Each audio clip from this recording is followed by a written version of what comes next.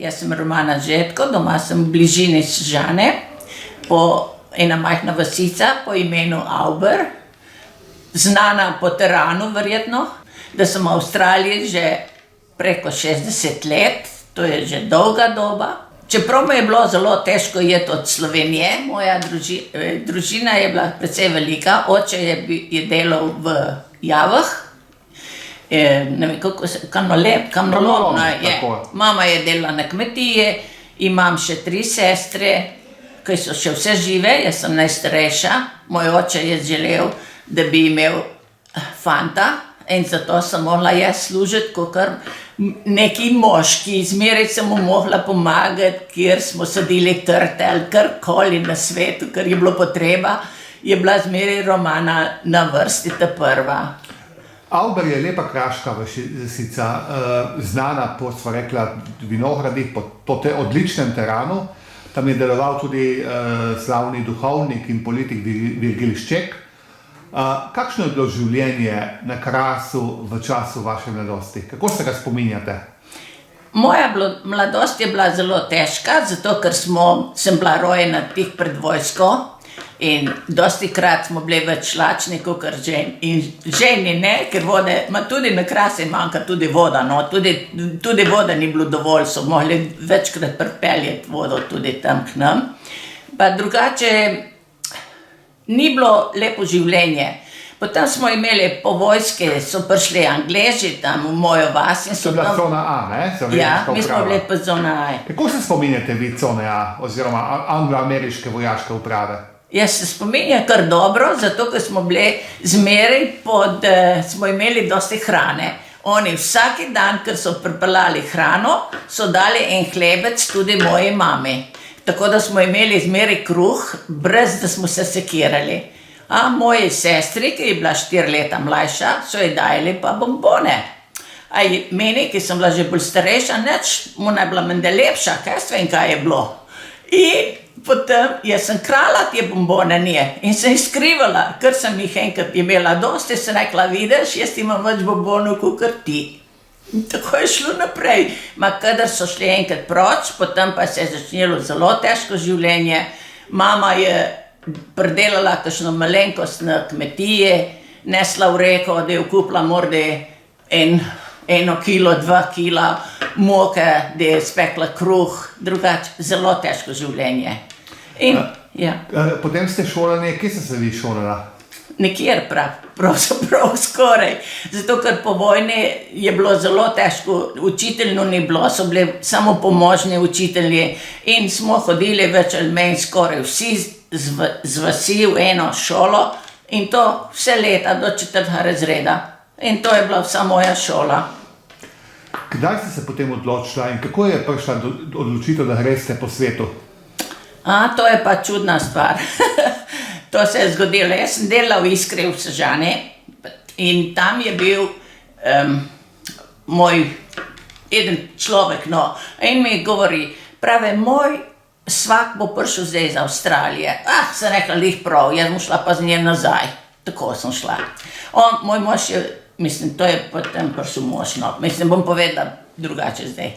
Kadar je prišel domov, so prišli v mojo vas prodajati, kopavati vino. To neki 3 fantje iz Avstralije. In eden mičken, eden bolj velik in moj mož je bolj velik. Kje leta to bilo, gospa? To je bilo 63 leta, to je že dolgo let. In mi je eden pa rekel, beži čehuni, ona je velika, tam tista je zate. In potem res ta človek se odprave, pride. Jaz sem gledala, kaj ta človek tam ješče okoli moje mame. On pravi, reh moje mame in pravi, mamca, ki boste mi dali eno hčer, da gre z mano v Avstralijo. Moja mama pa korajžna, ko zmeraj, pa je rekla, zakaj da ne, si jih ima še 3 in tako je šlo naprej. In potem počasi je prišlo do tega, da smo začeli hoditi skupaj in kdaj, septembra, to je bilo nekje junija in potem septembra smo se poročili in novembra pa sem že šla za Avstralijo, z ladjo, ki smo hodili en cel mesec.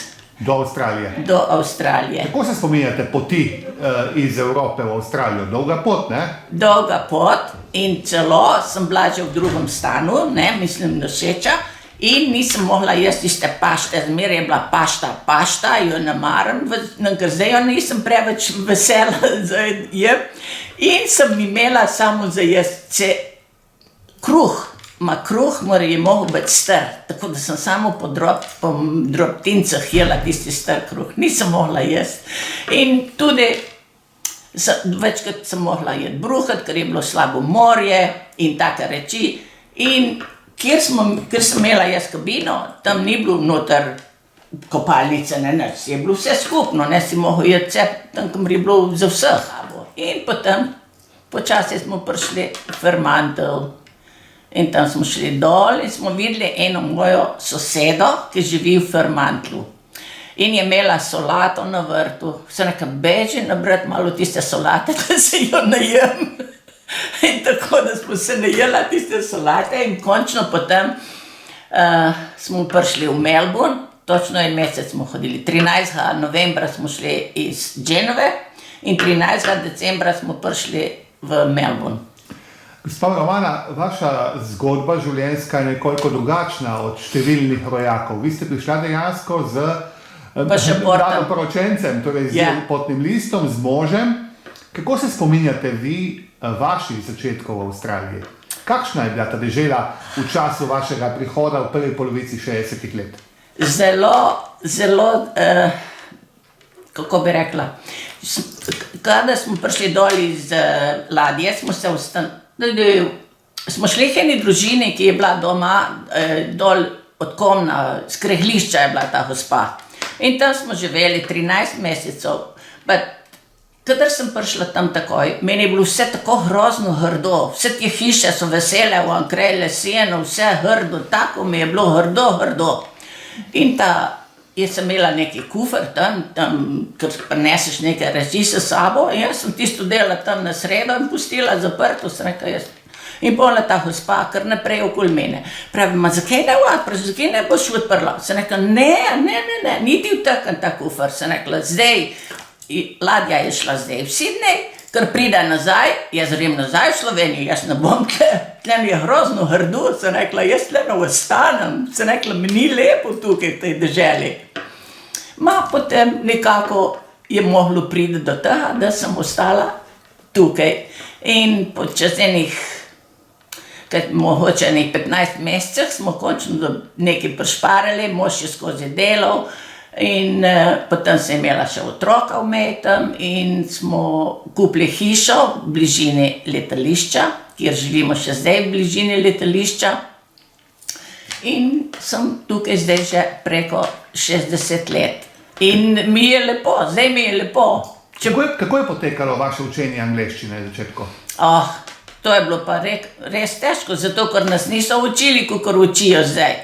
Če si kakšno reč, ko sem šla v trgovino, karkoli, si pokazal več z rokami ali karkoli, ali kakšne mote si delal, da smo si lahko kaj kupili. Se zmislim, enkrat za veliko noč sem rekla, moram kupiti pršut. Potem jaz grem na market in kupim ta pršut, lepo, pridem domov, mož pravi, kaj si kupila? Sem rekla, pršut, vidi, ko je lep. Rekel, ne, to ni pršut, to je ovca. Joj, meni, tako da nismo jeli, ki nismo bili navajeni mi jesti ovčje meso doma. Še zdaj menda ne jejo več kot toliko, čeprav tukaj je delikatec, ne, za Avstralce, mi nismo bili navajeni. Potem sem nesla k sosedi, sem dala njej, ona je bila vsa srečna, no, tako je bilo, pa mi smo imeli veliko noč brez pršuta, pa je bilo vseeno v redu. Kako ste govorili v družini vaši gospa? Slovensko. Tudi moj otrok, imam 2 otroka in eden bo zdaj 60 let, hčerka pa bo 58, ali oba govorista slovensko tudi, ker smo doma govorili slovensko. In kaj drugo, vnuki pa ne znajo nič, imam 4 vnuke, nobeden ne zna, samo znajo, sem lačna, miza, hvala, prosim in to je vse, kar znajo, nič drugega. Gospa Romana, kaj vam je dala Avstralija? Dala mi je dosti, zato ker verjetno doma ne bi nikoli tega dosegla, kot imamo tukaj. Imamo lepo življenje zdaj. Na starost tudi gledajo stare ljudi, ne? Mislim, imamo dosti pomoči od države, če nisi bil priden. Če si bil pa priden, da imaš malo več, pa ti ne dajo, ne? Pa tako je življenje v Avstraliji. Avstralija je taka zgrajena. Drugače odpre oči in spoznaš svet na drugi način in lepo. Mislim, meni zdaj je lepo tukaj v Avstraliji. Jaz ne mislim nikoli, da bi šla več živeti v Slovenijo, niti na stare leta zdaj. Mi se pogovarjamo v Melbourneu s ponosno kraševko, gospod Romano. Vi ste rekla, sva več kot 60 let v Avstraliji. Me pa zanima, vseeno sva pri koncu pogovora, kako ste uspela ohraniti tako lepo, čisto slovenščino z primesjo kraševščine, ampak kljub temu ste poznana kot delovna, bom rekel tudi dejavna v slovenski skupnosti, vsi vas naklonjeno ogovarjajo. Kako vam uspeva v anglosaškem, avstralskem svetu ohranjati tako lepo slovenščino? Zmeraj sem bila med Slovenci, čeprav ne toliko tukaj v Q, ali sem bila dosti zmeraj s slovenskim klubom Jadran, ter sem bila tudi predsednica, 9 let, in mora 9 let tudi sem bila blagajničarka, vse skupaj sem delala 22 let za slovensko skupnost Jadran Club v Melbourneu. In če delaš zmeraj s Slovenci, ohraniš tudi slovensko, ne? Čeprav ne govorim niti eno, niti drugo, niti kraško, niti primorsko, niti pravo slovenščino, tako govorim, tako je, ne? Tako govorite. Ampak gospa Romana, za konec, kaj pomeni biti Slovenec v Avstraliji? Jaz mislim, da Slovenci smo vsi ponosni narod in držimo svoj jezik in se mi zdi, da držimo svoj jezik bolj tukaj kot v Sloveniji. Kadar grem domov in vidim in slišim in poslušam te pesmi, vse angleščine, piše v angleščini, pa vprašam mojega svaka, sem rekel, kaj ti veš, kaj ti piše to gor na te tabli? Je rekel, kaj jaz vem, kaj tisto piše.